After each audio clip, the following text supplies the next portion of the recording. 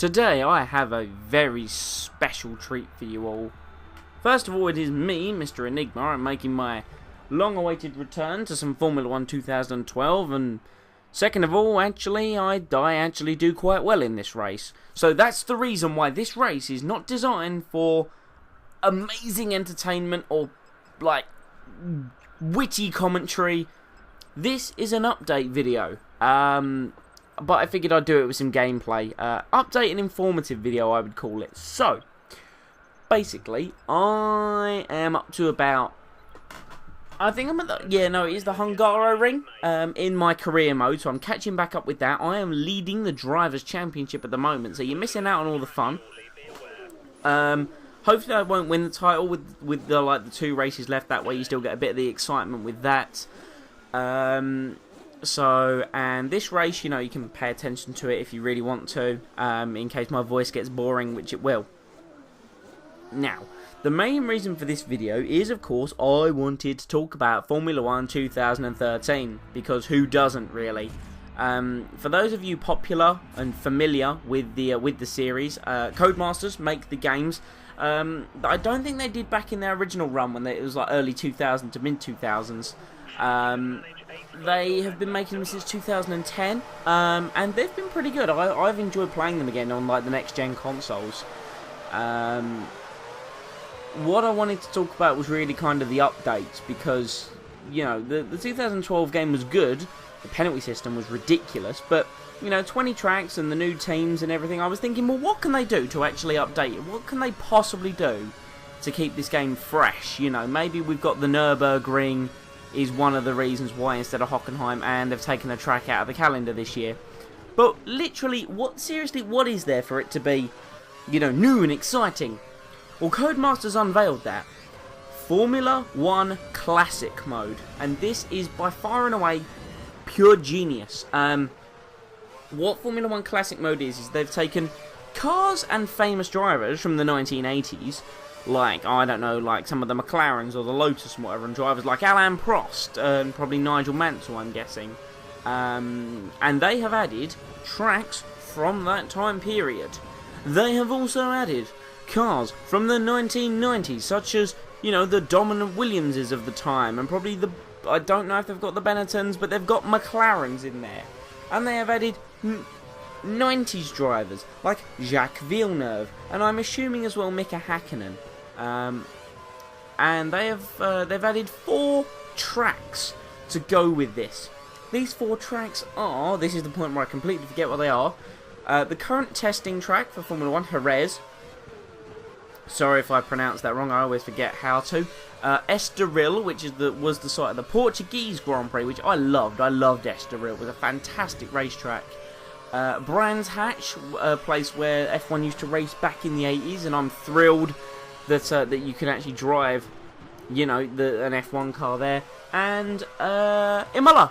And let's face it, if you've watched F1 for a number of years, we all know Imola for the tragic death of Ayrton Senna. Now, more on this classic mode is the fact that the 80s cars are obviously going to be turbocharged monsters, and they're not going to control like, the modern F1 cars. And that was just rude, being punted off the road there. They're going to be tail-happy beasts with big tyres and scary. And the 90s cars are going to be a bit more, a bit more grippy, but still not to today's standards at all. And they come with their own Grand Prix system, their own online, their own everything. So they're fully integrating with online, which I think is really good.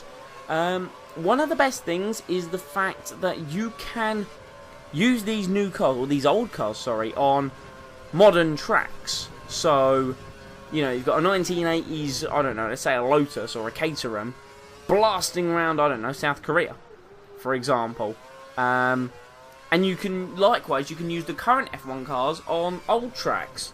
So if you think, I want to be Jenson Button in his McLaren, I want to go around Brands Hatch, you can. And it's like, oh, I'm wetting myself with excitement. It just sounds so brilliant. You can, if you search up on YouTube and on Google, you can obviously find screenshots and videos of all this, and it's just visually as well. Visually, the game looks superb.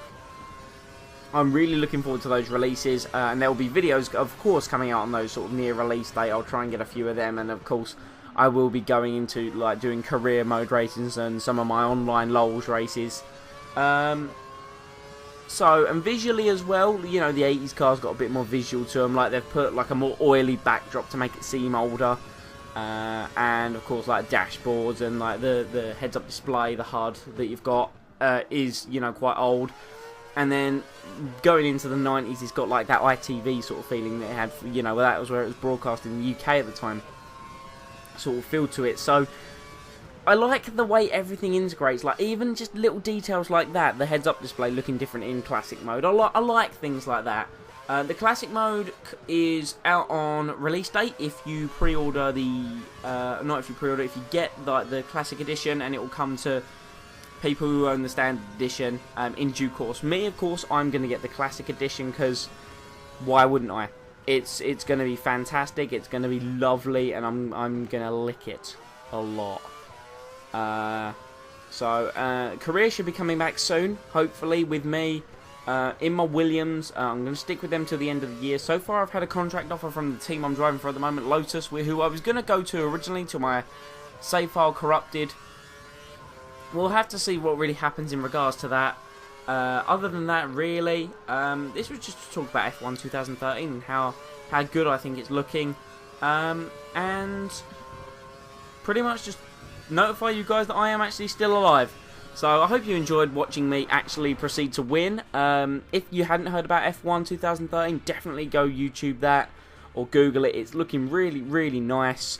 Obviously, the game coming out sort of normal time of about October, but you're going to be getting some more witty 3-lap races that hopefully I've made entertaining in the near future until my career mode's back up to date. So, see you all soon.